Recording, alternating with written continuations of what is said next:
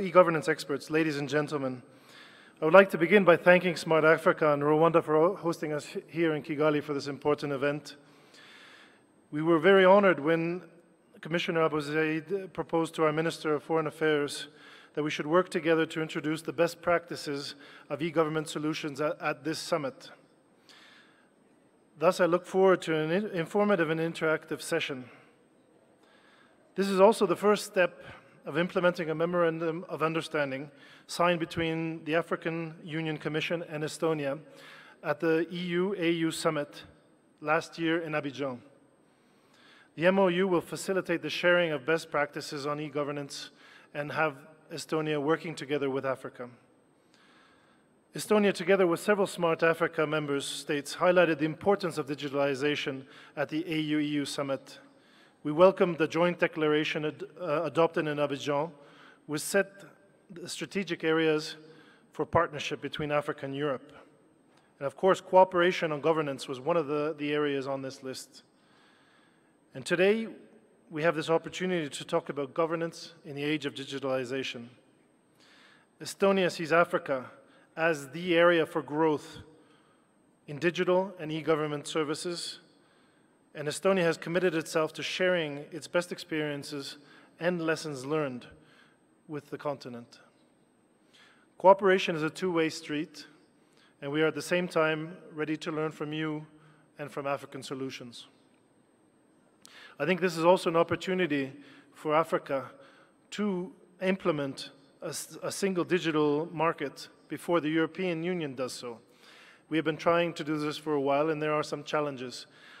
Some solutions like an e-signature for all of Africa should be something that all of the member states can agree upon to save costs and to have more effective government. Today we call our country e-Estonia due to the high-level ICT solutions that we use in business, government, and in everyday life of the citizens. This means that in Estonia, Estonians enjoy a digital lifestyle ranging from an e-signature recognized across Europe to internet voting to 98% of taxes declared online. Estonia also saves 2 to 3% of GDP every year due to these efficient and effective e-services. Estonia is quite new to Africa, but our companies have implemented projects such as the e-system for federal budget management in Nigeria and the government interoperability system in Namibia. We look forward to building on these relationships in the near future. A more detailed overview of the Estonian experiences will take place tomorrow at the Digital Transformation Hub session hosted by the Estonian ICT cluster, and you are warmly welcome to visit the Estonian pavilion. All in all, technology is not a goal in itself, but a means to make the lives of people, our citizens, companies, and governments easier. Thank you for hosting us here today, and have a great session. Thank you.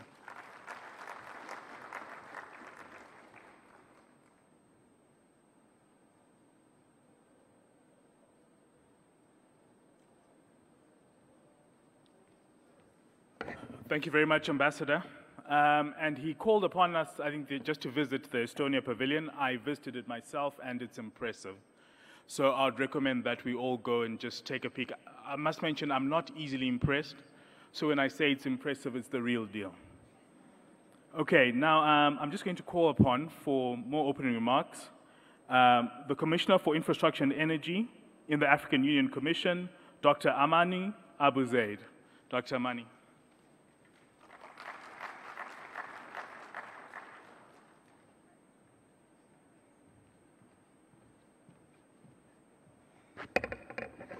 Excellencies, ladies and gentlemen, friends and colleagues, before I start my speech, Daniel maybe would recall when I met with Her Excellency President of Estonia, and we were first discussing e-governance. Maybe you would recall that I mentioned that my own country, Egypt, invented for the whole world the first public administration as we have known it. And that was thousands of years ago, a system that stayed and prevailed until maybe a few decades. And it's thanks to Estonia that it's now leading the world when it comes to a new system to govern. So congratulations, that's impressive.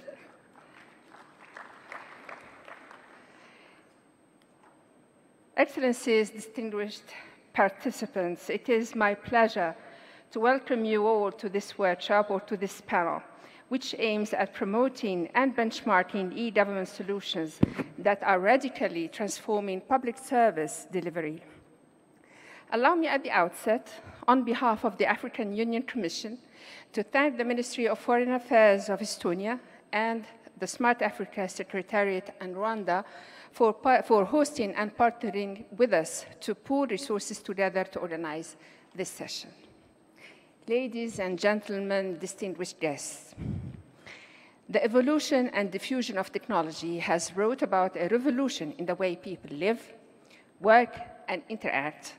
Information communication technologies, ICTs in particular, have become a part of everyday life in areas of human development such as health, education, social services. The use of ICT has become ever more pervasive and is driving improvement in people's lives.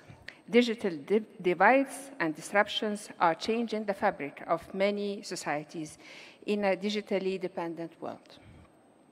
The use of ICTs in public administration is no exception then. The significant evolution of e-government over the past 2 decades is an example of the transformative power of ICTs. The relevance and benefits of online public services are becoming increasingly visible.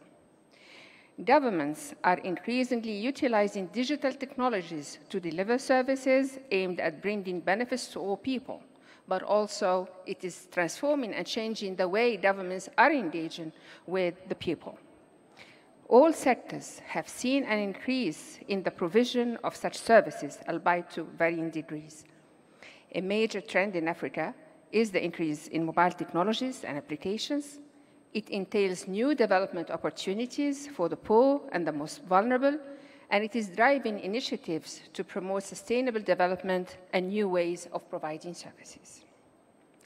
The importance of e-government is increasingly growing owing to higher quality delivery of government services, improved citizen empowerment through access to e-information, and better interactions between governments and the stakeholders. The African Union's Agenda 2063 highlights public participation alongside poverty reduction as central to Africa's transformation. The African Union has declared, as you probably know, the year 2018 as a year to combat corruption. Historical data shows that there is a strong positive correlation between e-government development index and the corruption perception index. Countries with higher corruption rates in the public sector will generally score poorly on their ability to deliver public services via ICTs. This is one of the reasons why we were pushing for the e-governance to combat corruption, among other things. E-government is associated with the high commitment of an institution to promote transparency and accountability, which also leads to other measures to fight corruption. E-government can also increase trust in the government and the way it is perceived by people. The African Union, on its part, is working to establish an African Union e-governance academy with a comprehensive e-governance design and implementation toolkit, which will serve as a guideline to roll out e-government solutions in Africa or throughout the continent. I am sure the presentation we will have in our session today will highlight more on how concrete e-government solutions have advanced inclusiveness, transparency, measures to fight against corruption, citizen engagement, and participation. Without going any longer, I think I will stop here. I would rather listen and learn from our panelists and from the experiences they're going to share with us on how to advance e-governance in Africa. With this, distinguished participants, ladies and gentlemen, I thank you very much and wish us all then a very informative, useful, and fruitful panel. Thank you.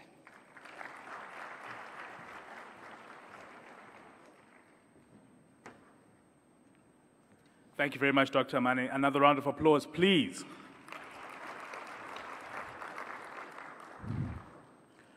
At this juncture, I'm going to call upon the head of Information Society at the African Union Commission, who is going to be the moderator for this panel, and then call upon him to call the rest of the panelists. Ladies and gentlemen, Mr. Mokhtar Yedali.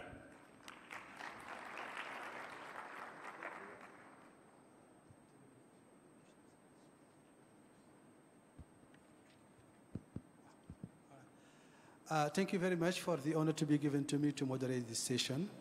I would like to, without further ado, to invite my panelists to come. Please join me here.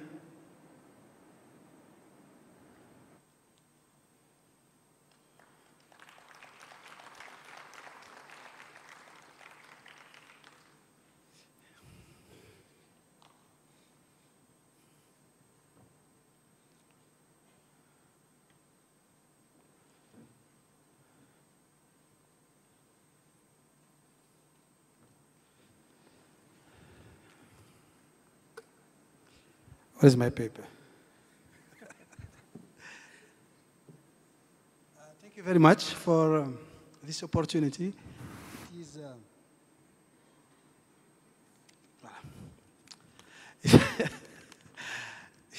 again, as I was saying, it is an honor and privilege for me to moderate this session. It is about e-governance and e-government applications. Now, we often heard the word e-governance, e-government, and frankly speaking, people get confused. And my first question to my panelists will be to address that issue among those ones related to challenges and investments and how and why these government things are not happening in some countries. But before doing that, I will allow each of them to tell us about their experience with regard to this matter specifically. And it is my honor to call first Sharada. Would you please tell us about all what you have experienced with regard to this area? Please. Yes, thank you, Mr. Moderator, and it's a great privilege to be here. So I'm Sharada Rapeti. I'm a partner at Delta Partners. We're an advisory company that focuses only on telecoms, media, and digital. On the topic of e-government, I really think a lot about our focus needs to be, if we were to look a few years from now, like in 2030, and we were to ask ourselves, how do we know if we have been successful? And because the topic of e-government is not new, and most certainly the solutions to enable new e-government is not new. But still, it continues to dominate the conversation as to that government is informed by an analysis I recently conducted on the export baskets of African countries, which have not diversified at all in the last 4 decades. So the KPIs that I would really focus on to define the profile of how successful e-government can be measured by is what is the total proportion of the business sector workforce that's involved in the ICT sector, and what is the ICT goods imports and exports as a percentage of exports and imports.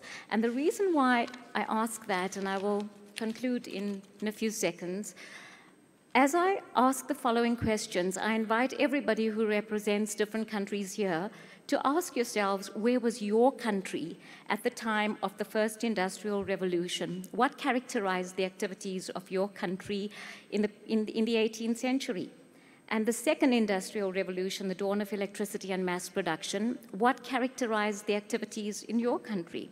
The third industrial revolution, the digital age, and now we're in the fourth. And so where do we want to be? And so what drives why e-government and governments need to adopt the solution is different from how they would have been informed about adopting and integrating e-government solutions into their fabric maybe 2 decades ago. So if you will bear with me, Ubu ni jihe Chalfrika, as we've heard this morning, and if I pronounce that, Morekosi. Thank you. Thank you very much. I would like to indulge you to introduce yourself for the public. And I would like to invite Steve from Huawei. Okay. So thank you, Mr. Mossi, and thank you all the audience here. That is a good opportunity to make this chance to let us learn each other and exchange all these ideas, exchange all the opinions about the e-government. So today I just make a short statement. First is our Huawei's basic information, who we are. Here, we can know that Huawei has more than 80,000 employees in the world. We are serving service more than 170 countries in the world. And also, we are keeping the R&D innovation in the last 30 years. Now, more than 30,000 patents are authorized in the world. And now, Huawei is not only serving the consumer, it's not only serving the solutions for the carriers, but also we are doing a service for the enterprise and the industry's customers like the governments. In other words, now we are serving service for more than 40 countries and more than 120 cities for the e-government, for the smart city, for the national city. Now, and I want to share that how we understand about the e-government.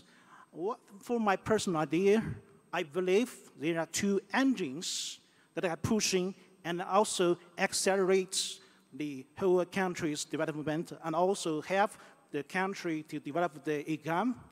The first one is for the transformation requirements of the government itself.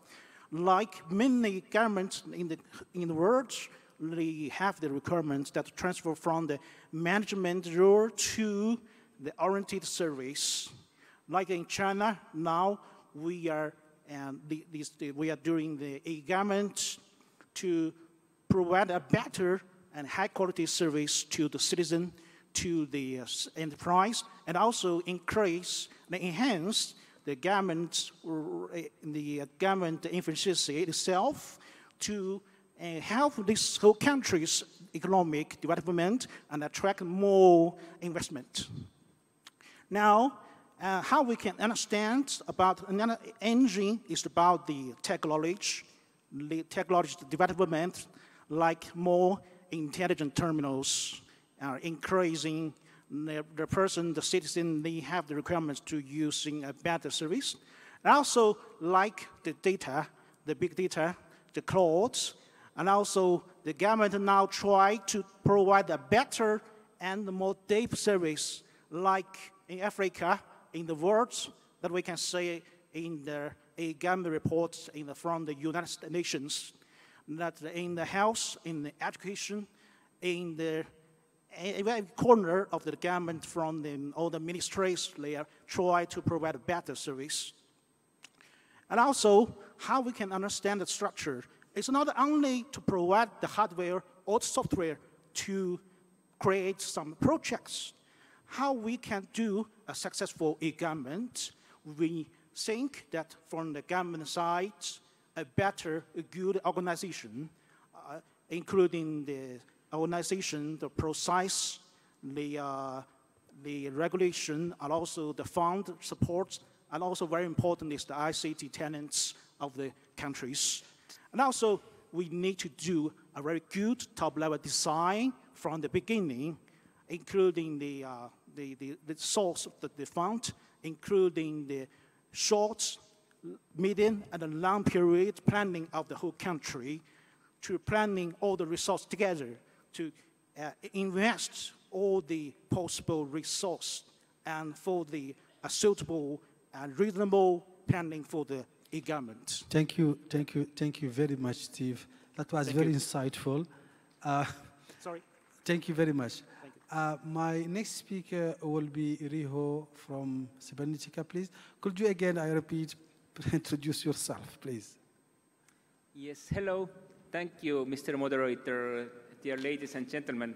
I represent the Estonian ICT company Cybernetica.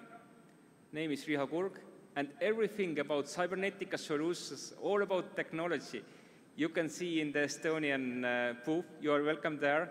And you're also welcome to our session tomorrow morning. So I will not talk about technology, although I love technology. So from the e-governance perspective, everything is not about technology, it's more about policies.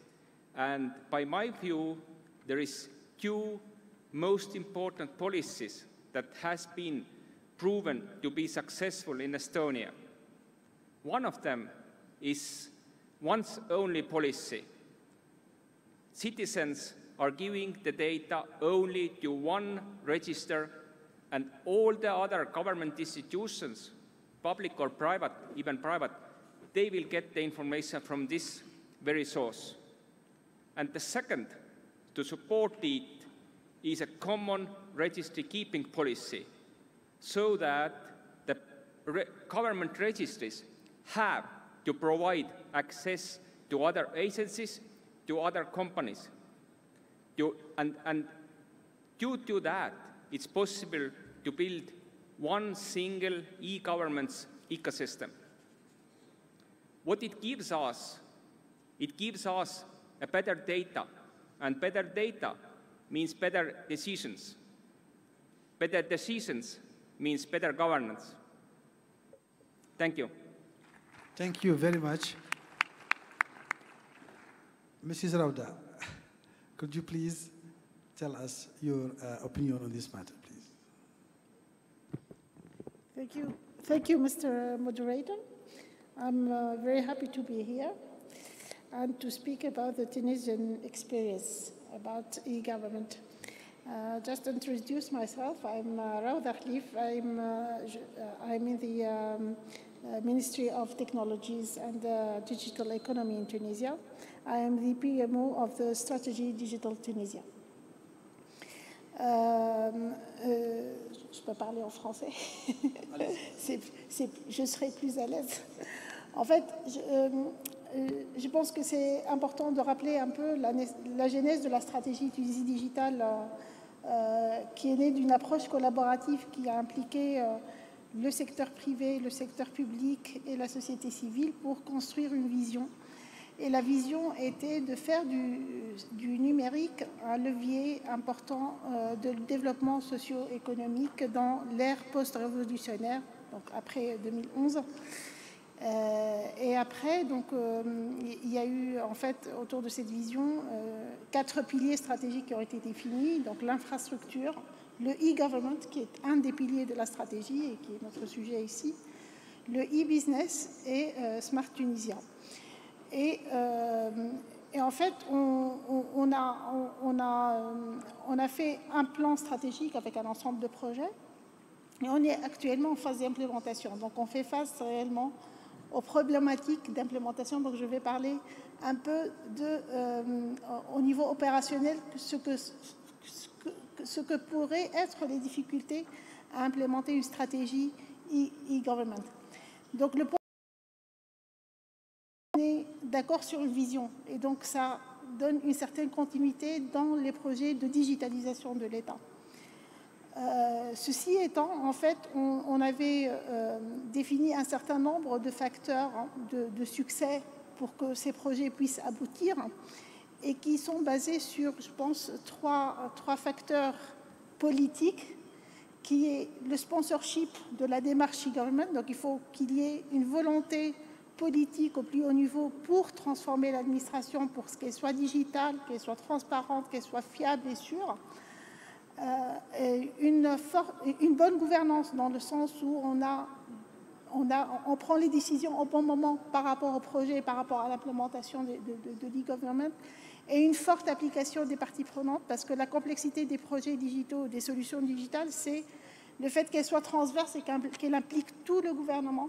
Et donc, nécessairement, il va falloir que tous ces gens coopèrent pour que les projets aient leur envergure stratégique et que l'administration puisse en tirer profit avec ses objectifs stratégiques de transparence, de lutte contre la corruption, d'amélioration du service aux citoyens et aux entreprises.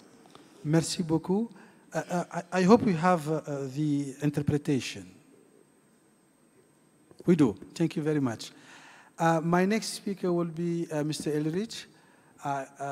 Would you please introduce yourself and tell us a few minutes about what you have experienced in terms of e-governance? My name is Aldred from South Africa. I think I'm the only startup company that is part of this panel, so I'm very, very nervous, and so please bear with me. So let me say that basically what GovChat is, it's a startup social media platform that enables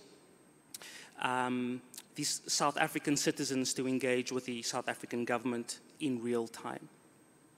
I come from an era in my previous life, I know I'm still very, very young, but in my previous life I used to code, and I'm not sure if you can remember, I think in 2010 there was a social media platform called Mixit. It was way before Facebook and Twitter, and it was the largest social media platform on the African continent. And while leading that social media platform, we did many campaigns with the South African government, and we wanted to find out if there was appetite for young South Africans to engage with government. And thousands of South Africans came and wanted government to address concerns around unemployment, healthcare, access to healthcare, access to water. And we found out that, unfortunately, that government did not have the access and availability to address these challenges. What I then did was, once Mixit basically died out, I then took it onto myself, being very tired of service delivery protests. I took a bit of code and developed a mobile application called GovChat, which enables government to talk to citizens, but also for citizens to engage government on those various issues. We also found out that 80% of South Africans did not know who their public representatives are. So what we also did was we built auto geolocation where citizens would basically enter their suburb, and it would automatically allow you to engage with your public representative. The South African government also currently uses GovChat as an early warning system to predict when things are going to happen, to allow for them to not just be a responsive government, but to be more proactive. That's all for me right now. All right. Thank you very much, and congratulations for this. We certainly know that you have been a visionary in having this first application, African application, before even Facebook. Thank you very much for that. We cannot talk about e-governance without talking about something happening in Rwanda, the digital country in Africa. Clément, what would you say about Rwanda Online? So we are a company operating in Rwanda, and we are building and operating Irembo. Irembo is the e-government platform in Rwanda that allows different government agencies to put their services online and allow citizens to interact with them digitally. We've been operating this platform. We launched the first services 3 years ago. Today we have more than 80 government services on the platform and have served more than 3 million citizens in the last 3 years. So what I would say about e-governance, beyond making it more efficient for citizens and for government agencies within the transaction that they have between each other, and capturing the data that allows later on to make things even more efficient and serve better the citizen. I think what we need to have constantly in mind is where we want to be. And where we want to be is centered around the needs of the citizen. How do I achieve the full potential? How do I do whatever I want to do so to empower myself with the least friction possible? And I think e-government and e-governance should constantly be looking at that stage. How can I go to a health center and get my kid receive service, but with least friction possible without having gone to 3 government agencies for me to have the universal health coverage. The last service we've put online allows people to renew their health insurance without visiting any government office, where usually they visited 2 government offices, and sometimes more than 2 times. So they just do that on our platform using their feature phone, and whenever they go to the health center, they will discover their health coverage within their own system. But then, again, there are still a number of friction when their data is not captured right in the main systems, and they have to go update their data. There are a lot of friction in different other services that we've already put online, and our focus and constant effort is to look at how we remove friction. And of course, the ultimate goal is to even kill a number of those services because they are no longer relevant, because we have removed the need for those services to be applied for. Thank you very much. That's what we call implementing the vision of your leadership. The question was asked today to your president, and he said when he came first to the office, his objective was to do something for his people.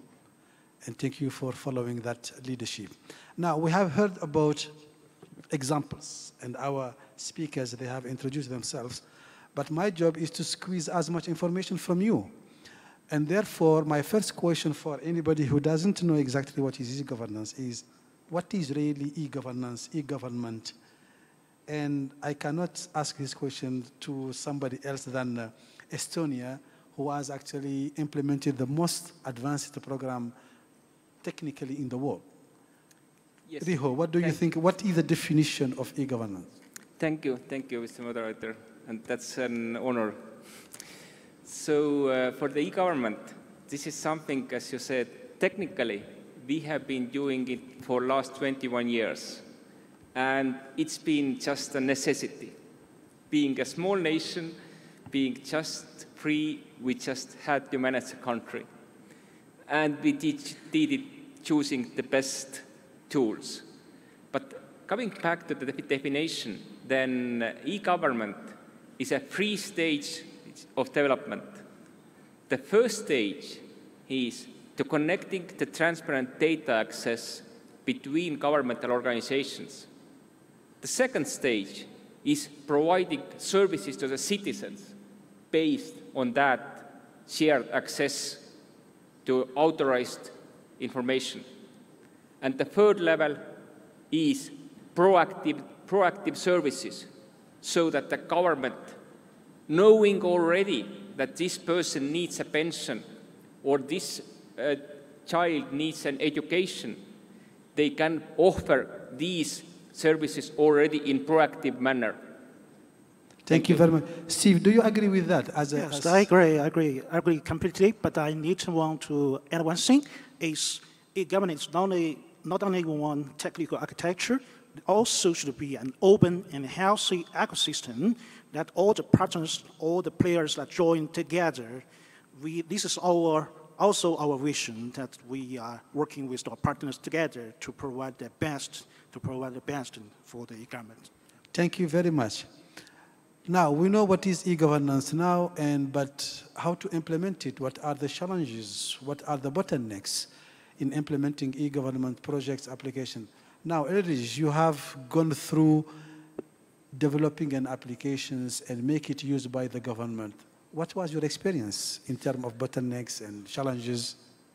Look, I think the most important thing is that there has to be political will.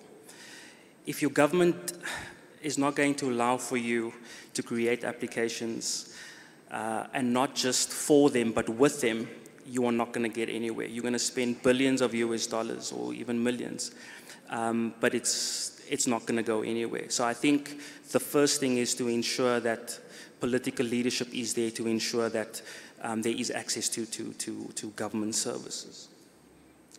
The second big challenge was that we find that government as a department are fragmented. They're working in silos. So the Department of Telecommunications are not necessarily working with the Department of Healthcare. Okay. The Department of Healthcare is not working with the Department of Education. And so I think it's really important that if we are able to not be gatekeepers of a specific data set and that we open that up, we're going to be able to fix things a lot quicker. And then finally, it's the cost.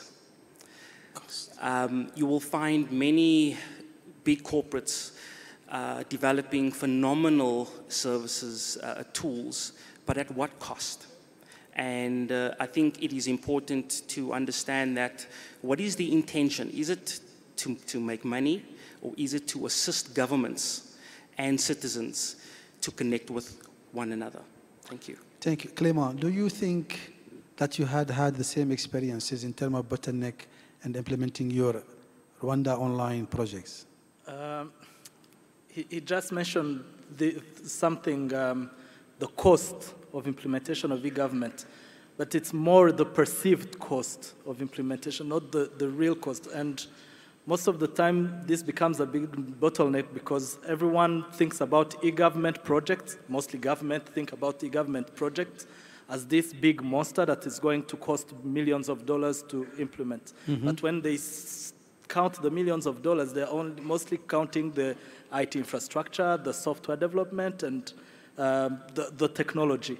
In our experience, the biggest investment went into the operationalization of this technology. And I think if you find or figure out ways to start quickly, small, but then very quickly get some piece of technology done, operationalize it, learn from the market, very quickly you find a path that's going to accelerate your achieving some kind of an e-government project. But I think there is always this perceived expensiveness of e-government, but it's mostly because everyone thinks you're going to put this big infrastructure, put software on top of it, switch it on, and then all of a sudden e-government is there. And the rate of success then becomes very low, and at the end, it doesn't realize the expected return on the investment. Thank you very much. But I wonder now why in Africa, we see it is possible, it can be done, but why in Africa we're still having a very low penetration e-governance application and so. Sharoda, can you tell me exactly why? Thank you for throwing a very difficult question to my side, Mr. Moderator. I think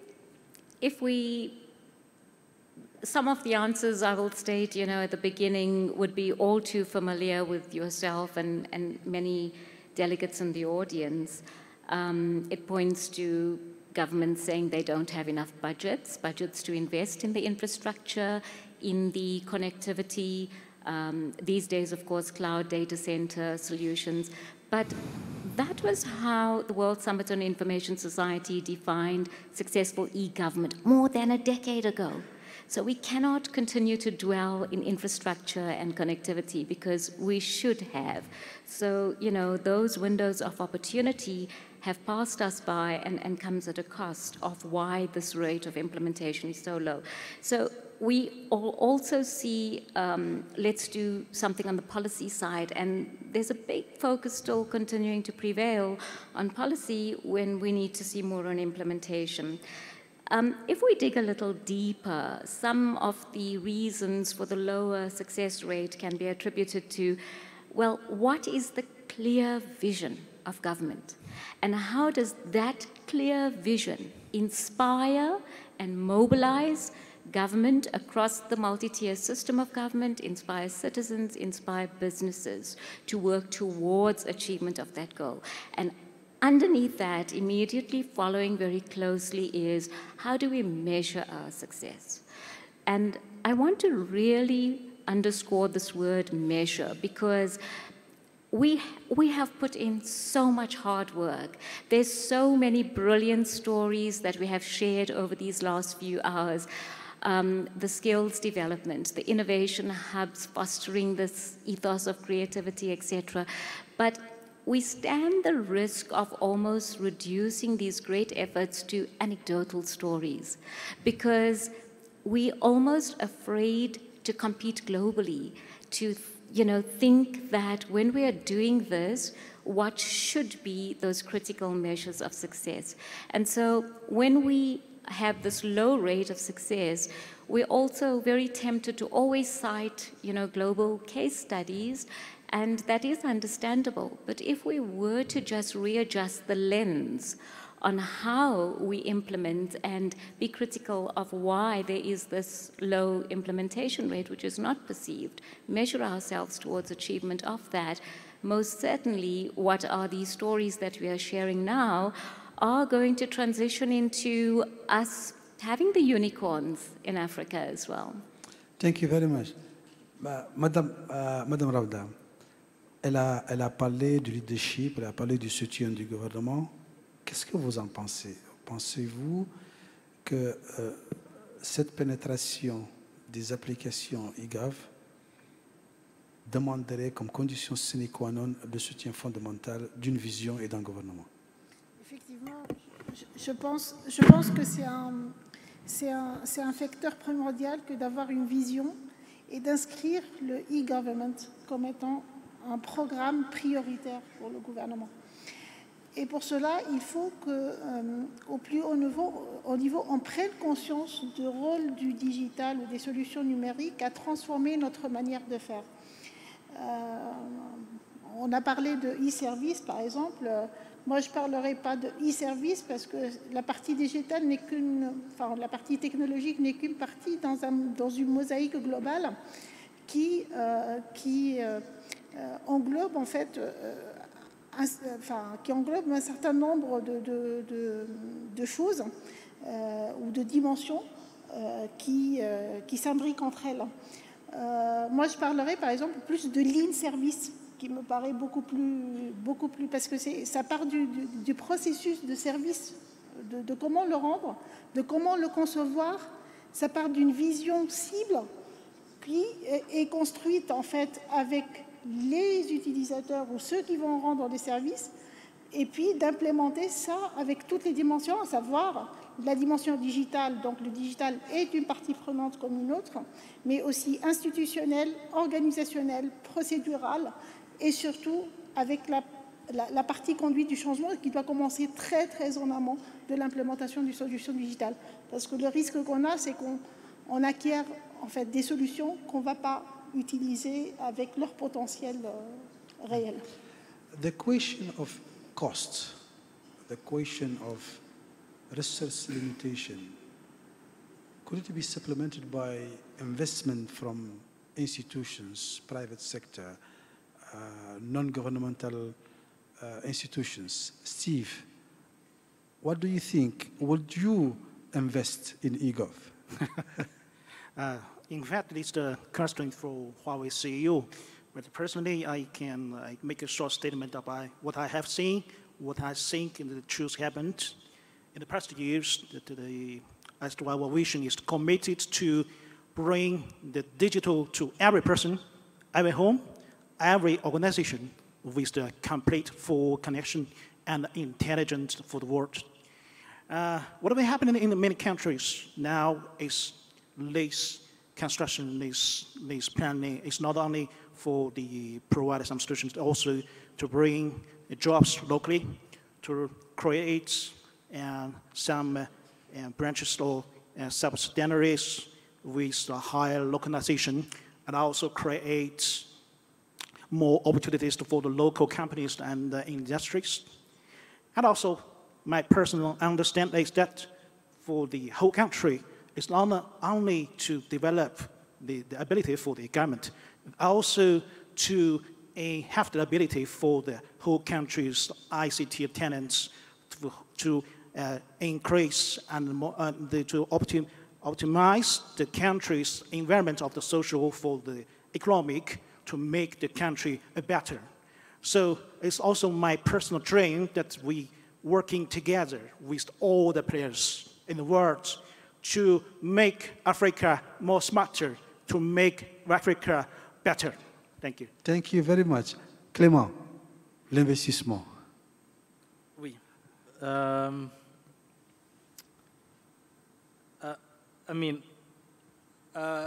Riho is seated here and he has told us how his company, Cybernetic, is part of each government implementation or anything Estonia is doing, or the products you're working on, and you are Estonian, right?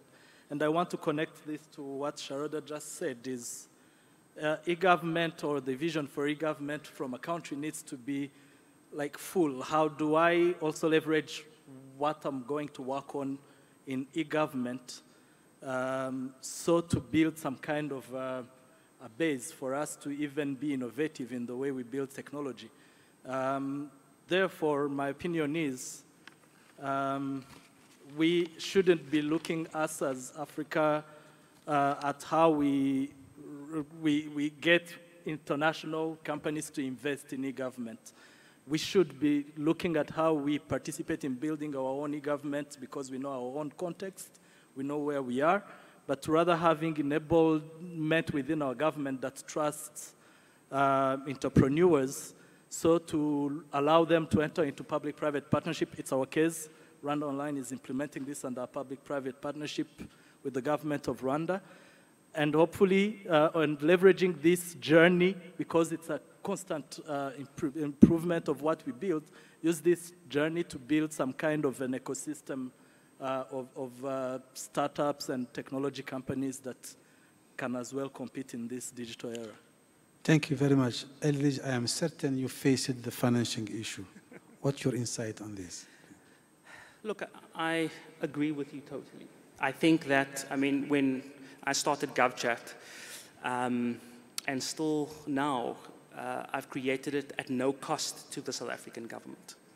It is purely because I want to be an active citizen to ensure that government cannot do it on its own. It's important that us as citizens assist government, and me with some tech knowledge, I decided to offer that service. I'd like to make an announcement as well. In that next month, we will be launching GovChat Africa to ensure that governments on the African continent will also be able to engage with their citizens at no cost. I want to then also say that it's important that governments monitor what is happening on the ground. It's important that the African Union understands what's happening in their member states. But at what cost? And so I'm coming and saying that we are able to provide this to you at no cost, where you are able to see, we call it God's eye, a dashboard where you can understand in real time exactly what is happening in your country. Issues of water and electricity, access to housing, access to employment. We need to know what is happening in our countries. And we can only do that if we understand it. Thank you so much. Thank you very much. And I like your God eye things because it says a lot about that. Now, ladies and gentlemen, I just had asked our panelists several questions. But I'd like also to contribute to that, to see if I have squeezed the maximum information from them. But before doing so, I am told that there will be a specific intervention from a specific guest. Our master of ceremony will guide us, probably. Thank you. Thank you, Mokhtar. Please allow me just to call up for a special intervention and a special recognition. The Executive Governor of Abia State in Nigeria, ladies and gentlemen, Mr. Okezi Victor Ikpeazu. A hand of applause, please.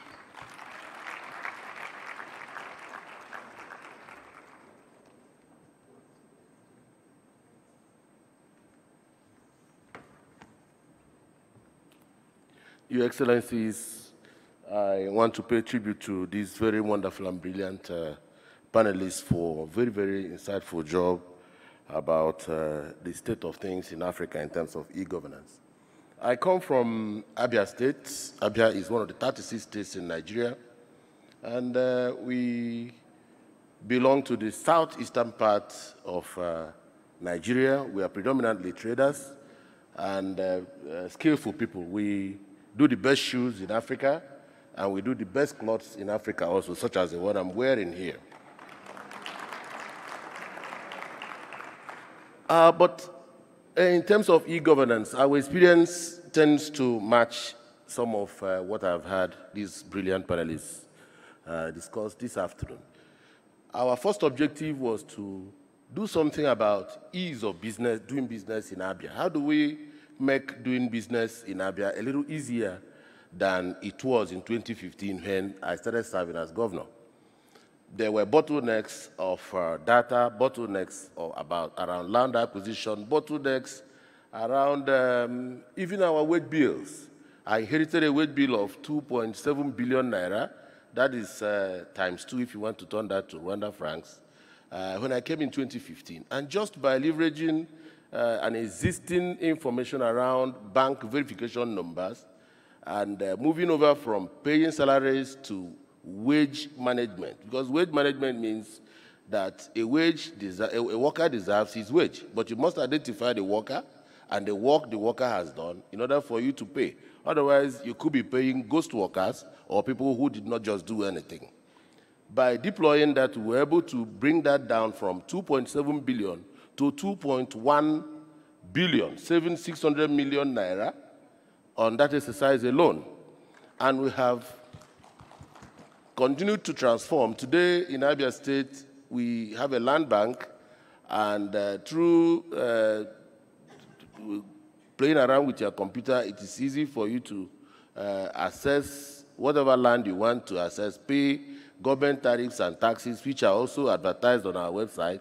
And then in less than 1 week, which is 7 days, you will be home and dry. Otherwise, that is a process that ordinarily would have taken 2 or 3 months for you to achieve. And, but beyond all this too, I am particularly excited about what we have done in terms of telehealth. Because we started by taking a cue from what His Excellency said earlier. You can't do much about turning somebody to an agriculturist or an e-compliant individual unless you do something about the mindset. In Africa, we are still battling with the change that has come with e-governance all over the world. And because of our old stereotypes, it has become a problem to get people to understand that they must innovate. The world will go ahead and will be lagging behind. So we decided to begin to retrain our primary school teachers using donor agencies and private sector individuals from Australia to teach our primary school teachers to be ICT compliant. My ambition is to ensure that a primary 3 pupil in Nigeria, in my state, should be able to at least play around with a computer, type his name, type the name of the teacher, do a few things, and turn off the computer successfully. And by the time we let our children begin to appreciate computer, because today, in most parts of Nigeria, the computer is daddy's toy and nobody goes around it. If you touch it, you are in trouble. You can receive cane for touching a computer in Nigeria. So I want a situation where our children will begin to fiddle and play with some of these devices so that they can become compliant and understand more going forward. But another strategy is that we are trying to leverage the resource we have. We have very, very brilliant people. I have a polytechnic that has won the first prize in Nigeria in software management and apps development in Nigeria. And we have many young entrepreneurs that are prepared to innovate, come up with brilliant ideas, innovate, and we have just created a hub in Aba and Umuahia where they can come together, think around their ideas, innovate, and we can help them to accelerate their innovations. And from that exercise, today we have an application that if you're under emergency, developed by a young medical doctor that is about 23 or 24 years old, under cases of emergency, by pressing a button, an ambulance can geolocate you and then come to your rescue. But beyond that, 292 primary health care centers, as I speak, has been connected to a center where medical doctors are available 24/7 to assist them in diagnosis, assist them even in the manipulation of pieces of equipment in the primary health care centers, because deepening health care service, universal health care service delivery in Nigeria is an issue. All the 292 primary health care centers would have been difficult for me to find medical doctors to go to all those health centers. So the most innovative thing for us to do was to leverage the teledensity that is available. 198 million people reside in Nigeria or are Nigerians, and the teledensity is 110, which means we have almost 210 million people with smartphones. So why don't we use the teledensity that is available to deepen some of the services that we are prepared to provide for our people? And it has worked for us in health, that today, by dialing, having a card and dialing the PIN number behind that card, you have access to a call center manned by medical doctors, and you can be directed to the nearest primary health care center close to you, because they can geolocate you and also make sure that you get the correct referral. If it is something that they can handle, it is also possible for them to do some e-referral or e-diagnosis and assist you get help. I'll leave you with an example of what happened in a primary health care center that is located in a rural area in my state.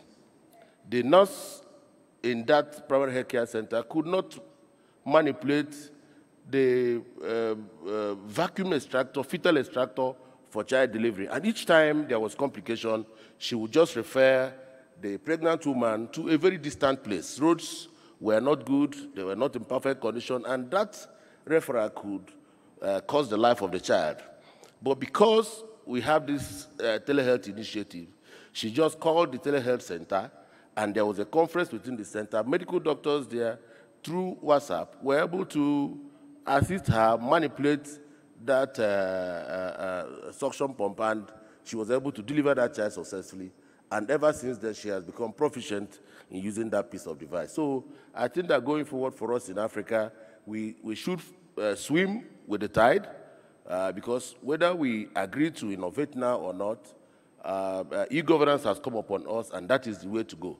But I want us to do everything humanly possible to ensure that we try to tailor them to suit our local problems, to solve our local problems. For instance, e-wallet in my state is called Kwo. Kwo means pay in Igbo. So if I say Kwo, everybody knows that using that e-wallet, all it means is just pay. Going forward, I think we should find peculiar solutions to solve peculiar problems in Africa, but with a global language. Thank you very much. Thank you very much. Thank you very much. That's very much appreciated. Thank you very much, Your Excellency. Thank you very much. With that, I would just like to, I know that we are now, unfortunately, will escape the Q&A part. However, I will encourage you to interact with our panelists and to our special guests. And with that, allow me to thank all the panelists for your wonderful and brilliant interventions. And I wish you very, very successful activities within your programs, companies, institutions, and your altruism specifically. Thank you very much. A round of applause for all of them. Thank you very much, Mokhtar, and another round of applause for all our panelists. Thank you very much. Thank you very much for attending this session. I think as we bring the day sessions to a close, one thing that I need to just highlight again is that the gala dinner is on tonight for all platinum and gold delegates at the Kigali Conference and Exhibition Center, and shuttles will be leaving from here at the Kigali Convention Center. Thank you very much, and have a good evening.